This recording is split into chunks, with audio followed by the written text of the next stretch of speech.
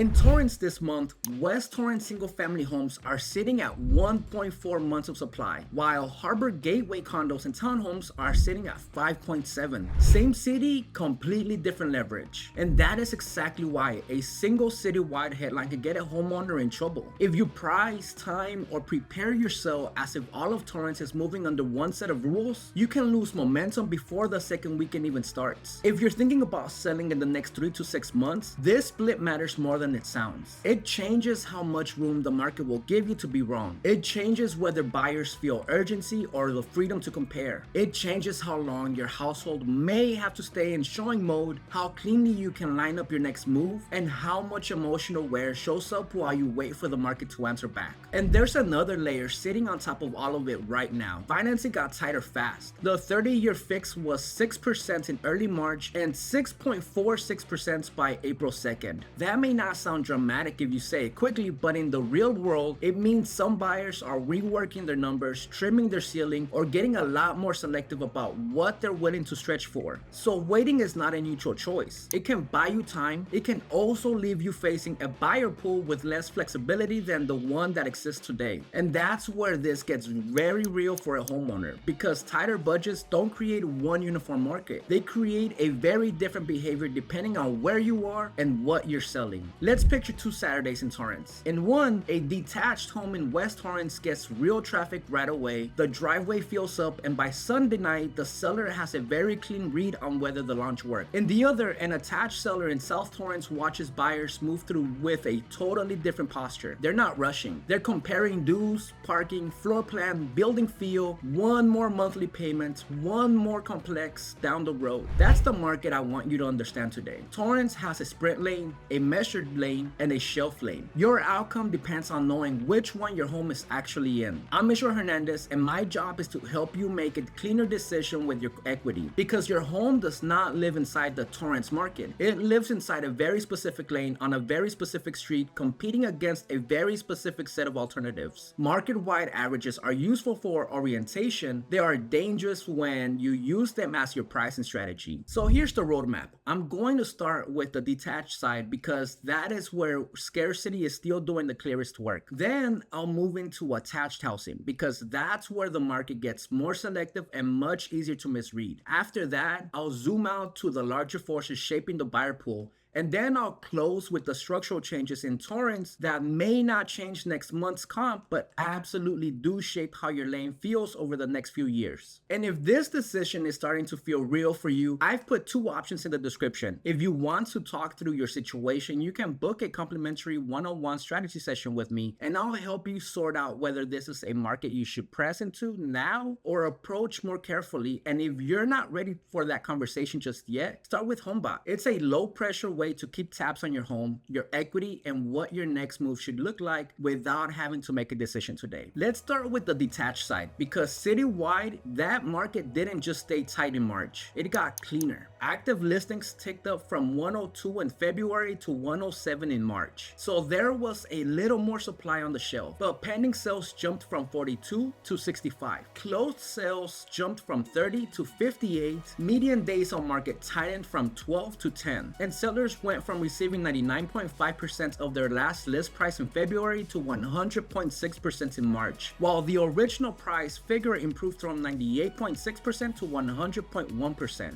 That is a very specific pattern. Detached housing got slightly fuller on paper, but the market converted much better in practice. Said simply, this is still a fast answer market. If the launch is right, you usually find out quickly. West Torrance is the clearest sprint lane in the city. In March, there were 18 active single-family listings, 17 pending sales, 1.4 months of supply, and the median days on market was just 8 days. The median sales price was $1,526,000. What that tells me is buyers here are not wandering around confused. They know the lane, they understand the school draw, the utility, the neighborhood feel, and the replacement options. So when the home is clean, credible, and priced in line with the competition, the market doesn't need much time to make up its mind. What that feels like on the ground is pretty simple. You don't spend a month wondering whether anyone cares. You usually get a fast read. That matters if you have kids, work, dogs, or a move already hanging in the background. A fast read market lowers stress because it shortens uncertainty. But there's a trap here. Scarcity gives you room. It does not give you immunity. If you own in West Torrance, your leverage is front-loaded. It lives in your first price, your first weekend, and your first impression. That's where the market is helping you. It is not giving you permission to be careless. South Torrance single family is also behaving like a serious seller market, but it is a more expensive kind of discipline. Active listings barely moved from 25 to 26, but pending sales more than doubled from 8 to 18. Closed sales rose from 9 to 16, and the median days on market collapsed from 37 to 10. And sellers improved from 97.9% of the last list price in February to 99.8% in March. The median sales price was $1,580,000. That is convinced demand. Buyers in this lane are still showing up and still writing, but they're doing it selectively because the monthly payment is heavy and the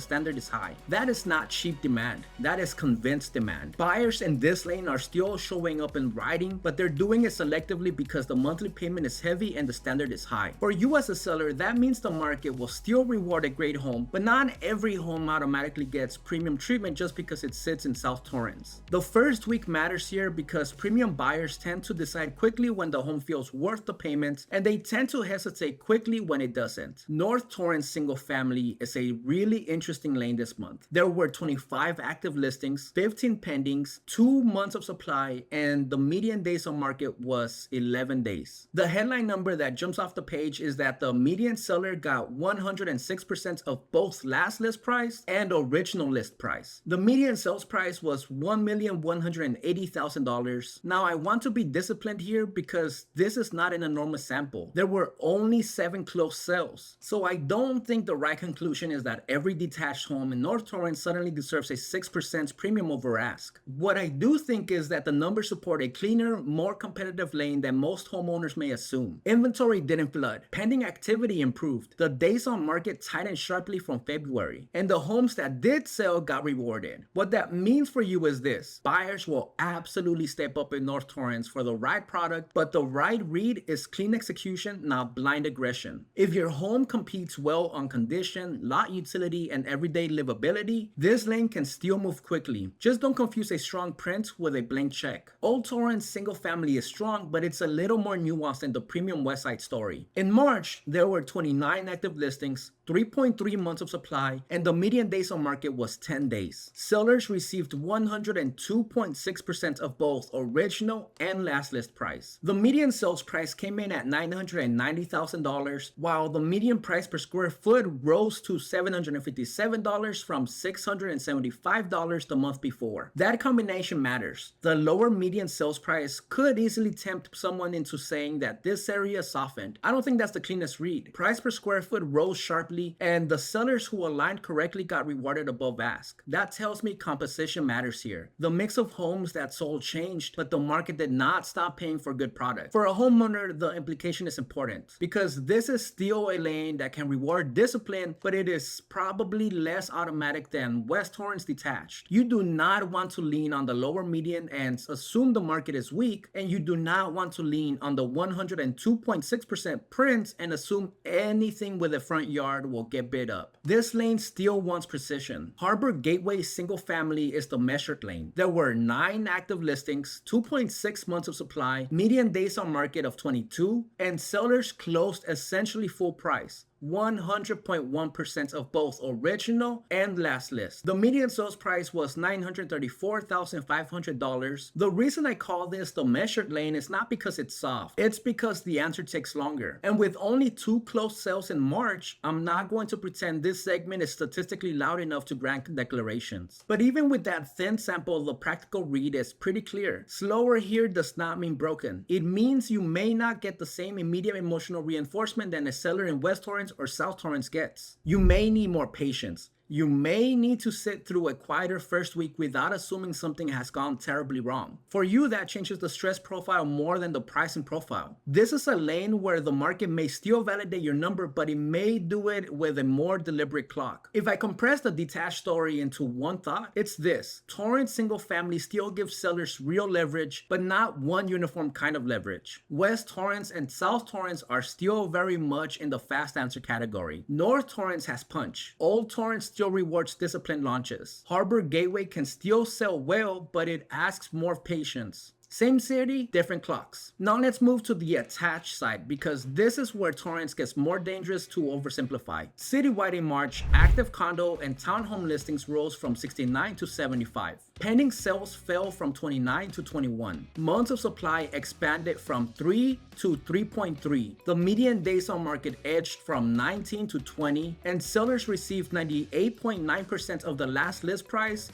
and 98.3% of the original list price. So this is not a no demand market. 31 attached sales still closed in March, but the mechanism is different. Correctly priced units can still get done. Buyers just have more freedom to compare, and that makes the market less forgiving. Old Torrance condos and townhomes are the cleanest attached lane in Torrance right now. There were 7 active listings, 1.9 months of supply, the median days on market of 10 days, and the median seller got 99.4% of the last list and 99.1% of the original list. The median sales price was $795,000. That is a strong attached market by any reasonable standard. But I want you to notice what it is not doing. It is not rewarding premium over ask behavior the way some detached lanes are. That's the important distinction. Buyers here will move. They will move fairly quickly, but they're still drawing a line. If you want an attached home in Old Torrance, your leverage lives in efficiency, not fantasy. You can still get a clean exit. You just don't have the same margin for vanity pricing that detached sellers may sometimes think they have. West Torrance condos and townhomes are where the market got much more selective much faster. Active listings jumped from 10 in February to 21 in March. Pending sales fell from 10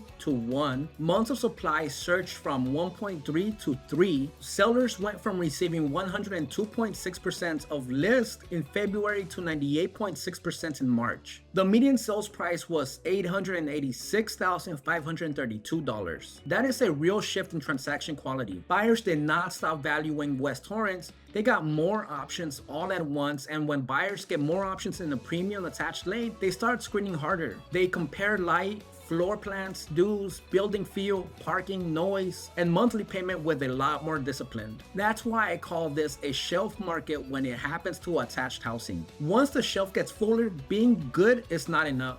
You have to be the easiest yes on the shelf. So if you own here, the risk is not that nobody wants the area. The risk is assuming the area will carry a mediocre launch. Harbor Gateway condos and townhomes remain the clearest buyer choice market in Torrance. There were 30 active listings, 10 pending sales, 5.7 months of supply. The median days on market was 24 days, and sellers closed at 98% of the last list price. The median sales price was $570,000. This is what comparison pressure feels like when it becomes structural. Buyers are not forced to rush. They can tour, leave, revisit, compare one complex to another, and wait for the seller who finally blinks. For a homeowner, that changes the emotional math. A quiet inbox after a decent traffic doesn't automatically mean your home is flawed. Sometimes it means you are in a lane where buyers have enough alternatives to be slow on purpose. That is exactly why overpricing hurts more here than it does in detached housing. When buyers can compare forever, they usually do. This lane can still reward a seller. It just tends to reward the seller who gets in front of the competition, not the seller who insists on being the last one to adjust. North Torrance condos and townhomes are a smaller, thinner lane, so I want to handle this one carefully. Active listings went from 3 to 7. New listings jumped from 3 to 10. Months of supply expanded from 1.3 to 2.8. Yet the homes that closed got 100% on both original and last list price, and the median sales price came in at $715,000. There were only 3 closed sales. So I don't think the right takeaway is that North Torrance attached has become some bulletproof premium market. The safer read is that good units can still transact cleanly, but sellers suddenly have more nearby competition than they did a month ago. In practical terms, this is a workable lane, not a careless lane. You can still win here. You just need to respect the fact that inventory brought in quickly and thinner segments can turn on presentation and pricing with very little warning. South Torrance condos and townhomes are the caution flag this month. month. On the surface, some of the numbers look fine. Months of supply improved from 2.8 to 2.2, and sellers received 99.1% of the last list price. But the median days on market exploded from 14 to 127 days, and the original price figure fell from 93.8%. The median sales price dropped to $500,000. There were 5 closed sales and 4 pending sales. So again, this is not a giant sample, but I don't think you need a giant sample to understand what the market is warning you about. This lane punished wrong pricing hard. Some sellers had to give up a lot of ground from their original expectation to get sold. That is what a stale listing penalty looks like in real life. It looks like months of inconvenience, recurring showings, household fatigue, second guessing, and then a final sale that often lands below the number you thought you were protecting in the first place. If you want a condo or a townhome in South Torrance, the market is not saying don't sell, it is saying do not test me casually. So the scoreboard looks like this. On the detached side, Torrance is still mostly a fast answer market, especially in West Torrance and South Torrance, with North Torrance still carrying real punch. Old Torrance remains strong but more precision driven, and Harbor Gateway detached is slower without being weak. On the attached side, Old Torrance is the cleanest lane. West Torrance got Selective very quickly. Harbor Gateway remains the cleanest buyer choice market. North Torrance is thin but workable, and South Torrance is your reminder that the market can be forgiving on the last price while still punishing the wrong original price. If this is helping you see that your home may not behave the way you assumed it would, do me a favor and hit that like and subscribe button. I make these videos to help you make better decisions before the market makes them for you. And if you want help thinking through your own timing, your competition, and your own likely outcome, book a strategy session with me below. But if you're not there yet, use HomeBot instead. It's a simple way to stay connected to your numbers until you're ready to act. Now let me zoom out from the street to the buyer's monthly payments, because no local read is complete without the larger forces shaping your buyer pool. This month, the big ones are financing costs, the lack of clean signal from the Fed, the strength of the labor market, and the fact that affordability has been improving before rates snapped up higher again. The first thing that matters is the rate shock. As of April 2nd, the 30-year fixed mortgage rate was 6.46%.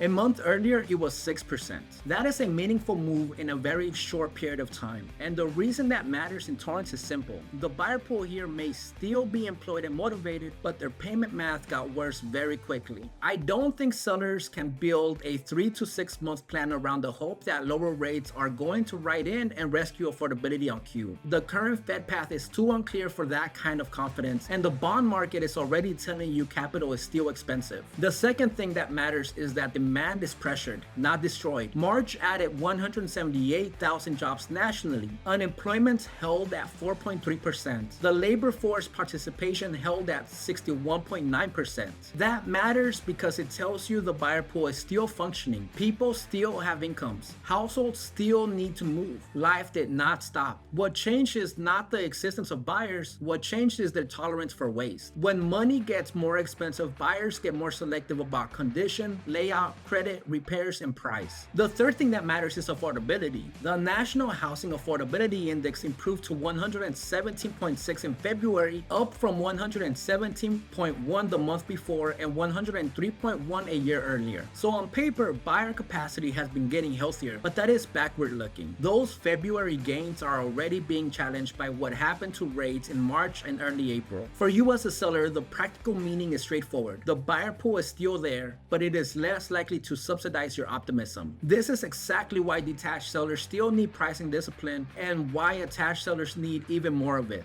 Here's the question I want you to answer for yourself before I go one step further. Does your home live in the lane buyers still have to pursue, or in the lane they can line up against 5 alternatives and think about it all week? Because Torrance is not physically frozen either. Around the Del Amo area, Fashion Square at Del Amo is bringing 260 townhomes. At 3610 Torrance Boulevard, plans call for 449 apartments. Gable House on Hawthorne adds 218 mixed-use units. Soto adds another 200 apartments, and West Carson Villas just opened with 111 supportive housing units. None of that becomes your comp next month, but all of it shapes the city's feel of change, where future alternatives gather and where buyers begin imagining convenience, density, traffic, and newer product. So the central conflict in Torrance right now is not hot market versus cold market. It's scarce housing versus patient buyers. The market is still willing to to pay for scarcity, it is much less willing to subsidize wishful pricing. Move now, and some lanes still give you real leverage, speed, and a cleaner exit. Wait, and you may face a buyer with a tighter budget, more alternatives,